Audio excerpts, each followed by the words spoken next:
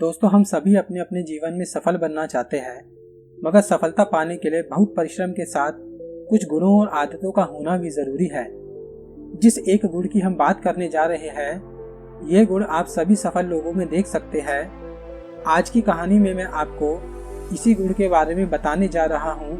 कहानी छोटी सी है, मगर जीवन को सफल बनाने के लिए बहुत ज़रूरी है। इससे पहले आप इस कहानी में खो जाए, इस चैनल को सब्सक्राइब करके बेल आइकन को प्रेस करना ना भूलें। तो चलिए शुरू करते हैं। ये कहानी एक किसान की है। वह अपनी पत्नी और 3 बेटों के साथ एक गांव में रहता था। किसान की पत्नी सुबह चारों को खाना दे देती और उसके बाद वह चारों अपने अपने काम पर निकल जाया करते थे। किसान और उसके दोनों बड़े बेटे खेतों में काम पर चले जाते और सबसे छोटा बेटा अपनी पढ़ाई में लग जाता। कभी कभी वह भी खेतों पर आकर काम में हाथ बटा देता था, मगर स्वभाव से तीनों बेटे थे आलसी ही। कभी भी कोई काम समय पे ना करना, हमेशा काम को कल पर टालना, टाल मटोली करना उनकी आदत बन चुका था। दोपहर में कभी किसान की बीवी तो कभी उसका सबसे छोटा बेटा खेतों में खाना देने के लिए चले जाते। एक दिन खाना देने के बाद सबसे छोटा बेटा वापस घर पर आ गया और किसान और उसके दोनों बड़े बेटे पेड़ के नीचे बैठकर भोजन करने लग गए।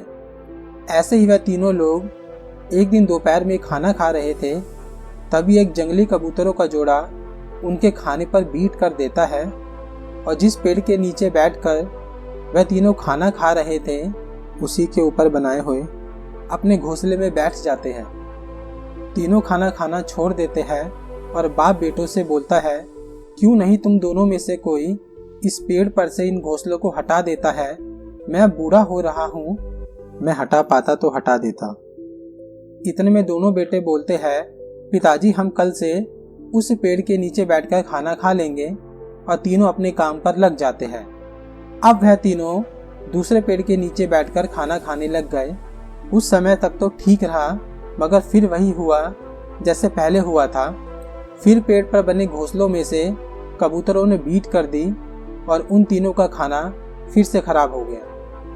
अब वह तीनों अगले दिन से तीसरे पेड़ के नीचे बैठकर खाना खाने लगे, जो कि उनके खेतों के एकदम बीचों बीच था और सड़क से बहुत दूर भी था।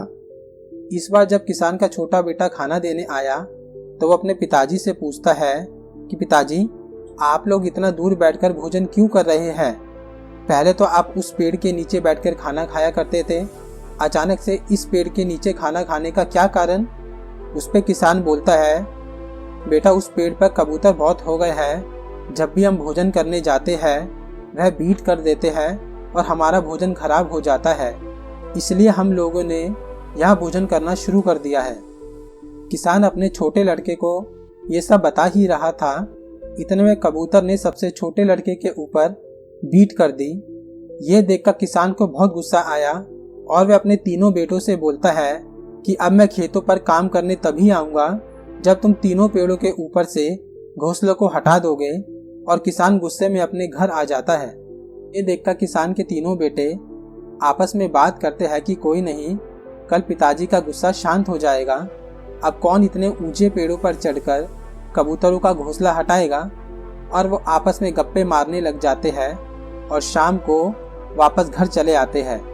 उनकी ये सब बातें कबूतर बहुत ध्यान से सुन रहे थे और आपस में बात करते हैं कि कितने कामचोर लोग हैं, हम इनका भोजन हर रोज खराब कर देते हैं और ये लोग कुछ भी नहीं करते।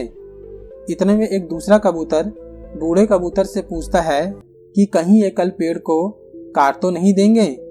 तो बूढ़ा कबूतर बोलता है, नहीं, ऐसा कुछ नहीं होगा, बेफिक्र रहो, ये हमारे घोंसलों को कुछ नहीं करेंगे। अगले दिन किसान की पत्नी सबको सुबह सुबह भोजन खिला रही होती है। तभी किसान उनके तीनों बेटों से बोलता है कि आज तुम तीनों सारे पेड़ों पर से घोंसलों को हटा देना। वे तीनों खेतों पर चले जाते हैं और तीनों में से कोई भी उन घोंसलों को नहीं हटाता। और शाम को जब वो तीनों वापस आते हैं तो बात को टाल देते हैं कि पिताजी, आज खेत पर बहुत काम था, हमें समय ही नहीं मिला। तो किसान बोलता है, कोई बात नहीं, तुम कल पेड़ों पर से उन घोंसलों को हटा देना।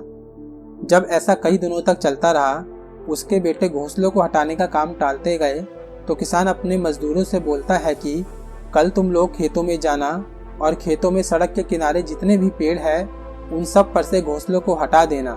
अगले दिन जब किसान के बेटे और मजदूर खेतों में आते हैं तो वह भी पेड़ों की ऊंचाई देखकर काम से जी चुराने लगते हैं। यह सब बूढ़ा कबूतर देख रहा था कि अब तो किसान भी खेतों में नहीं आता, अब हमारे घोंसले सुरक्षित हैं। ऐसा कई दिनों तक चलता रहा। पहले किसान के बेटे और अब मजदूर। कोई भी उन घोंसलों को हटाने का काम नहीं कर रहा होता है, बस खेतों पर कुछ काम करने का बहाना बनाते और वापस आ जाते। ऐसा कई और दिनों तक चलता रहा और ये सब देख के बूढ़ा कबूतर और शांत हो जाता कि अब उसके घोंसले सुरक्षित हैं। ऐसा करते करते पूरा 1 महीना बीत गया और एक दिन किसान सुबह से यही सोचते सोचते दोपहर हो जाती है। अब किसान को बहुत गुस्सा आता है और वह अपने खेतों में पहुंच जाता है, जहां पर उसके बेटे और मजदूर कुछ काम करते और गप्पे ज्यादा मारते दिखाई देते। किसान बिना कुछ बोले उनके पास से गुजर जाता है और पूरे खेत का चक्कर लगाने लग जाता है। यह देखकर उसके बच्चे और मजदूर आपस में बात करते हैं कि पिताजी को क्या हुआ है, वह ऐसे खेत के चक्कर क्यों लगा रहे हैं। वहीं पर बूढ़ा कबूतर किसान को देख रहा होता है कि आज किसान ये क्या कर रहा है, वह खेत के चक्कर क्यों लगा रहा है। चक्कर लगाने के बाद किसान अपने बेटों और मजदूरों से बोलता है कि कल तुम लोगों में से कोई भी खेत पर ना आए, और ये बोलकर वहां से चला जाता है। ये सब बातें सुनकर बूढ़ा कबूतर चिंतित हो जाता है, क्योंकि उसको पक्का विश्वास था कि कल ये किसान सभी पेड़ों पर से घोंसलों को हटा देगा। वे सभी और कबूतरों से बोलता है कि सभी कबूतर अपने अपने घोंसलों को छोड़ दें और पास ही के दूसरे खेत पर घोंसला बना ले। आप सबके अंडों में से अब बच्चे भी निकलकर बड़े हो चुके हैं, तो कोई दिक्कत भी नहीं होगी, क्योंकि कल किसान घोंसलों को हटाने के लिए पेड़ों को जरूर काटेगा। किसान के जाने के बाद मजदूर और किसान के बेटे भी घर पर वापस चले आते हैं और बूढ़ा कबूतर अपने झुंड के साथ पास के दूसरे खेत पर अपना घोंसला बनाने लग जाता है।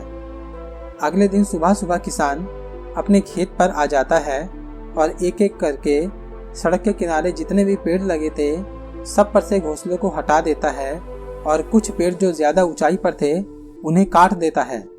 यह सब बड़ा कबूतर और उसके झुंड के कुछ बड़े कबूतर देख रहे थे। वह ये सब देखकर बहुत खुश हुए, क्योंकि उन्होंने तो सभी घोंसलों को एक दिन पहले ही हटा लिया था। उनमें से एक कबूतर उस बूढ़े कबूतर से पूछता है कि आपको कैसे पता चला कि कल ये किसान सभी घोंसलों को हटा देगा। वे बड़ा कबूतर बोलता है कि किसान ने अपना बहुत समय दूसरों पर निर्भर रह के बर्बाद कर दिया, और जब उसने उस दिन पूरे खेत का चक्कर लगाया और अगले दिन जब उसने अपने मजदूरों और बेटों को खेत पर आने से मना कर दिया, मैं तभी समझ गया कि अगले दिन ये किसान सारे पेड़ों पर से घोंसलों को हटा देगा। पहली बार किसान घोंसलों को हटाने के लिए अपने तीनों बेटों पर निर्भर था। दूसरी बार काम को पूरा करने के लिए वह अपने मजदूरों पर निर्भर था। इसी के चलते उसको सिर्फ इतना काम करने में इतना समय लग गया। किसी और पर निर्भर ना होके अगर किसान खुद से करने की सोचता तो उसका इतना समय बर्बाद ना होता। अगर आप हद से ज्यादा किसी पर अपना काम कराने के लिए आश्रित होंगे तो आपका वह काम कभी भी नहीं हो पाएगा। लेकिन जिस बार किसान ने सोचा कि वह ये काम खुद से ही करेगा, उसको घोंसलों को हटाने में एक दिन भी नहीं लगा। दोस्तों, बिल्कुल इसी तरह हम भी अपना कोई भी काम दूसरों पर निर्भर रहकर पूरा नहीं कर सकते। आप आलसी तो बनोगे ही, साथ ही आप जिंदगी में भी पीछे रह जाएंगे। हमेशा खुद से मेहनत करें, और अगर आपका काम वह ना हो पाए तो किसी और से मदद मांगने में बिल्कुल हिचकिचाए नहीं, क्योंकि अगर आपको जिंदगी में आगे बढ़ना है तो खुद से ही काम को करना होगा, ना कि किसान की तरह गलती करके दूसरों पर निर्भर होकर अपना समय बर्बाद। ऐसा करके आपको हमेशा सफलता मिलेगी।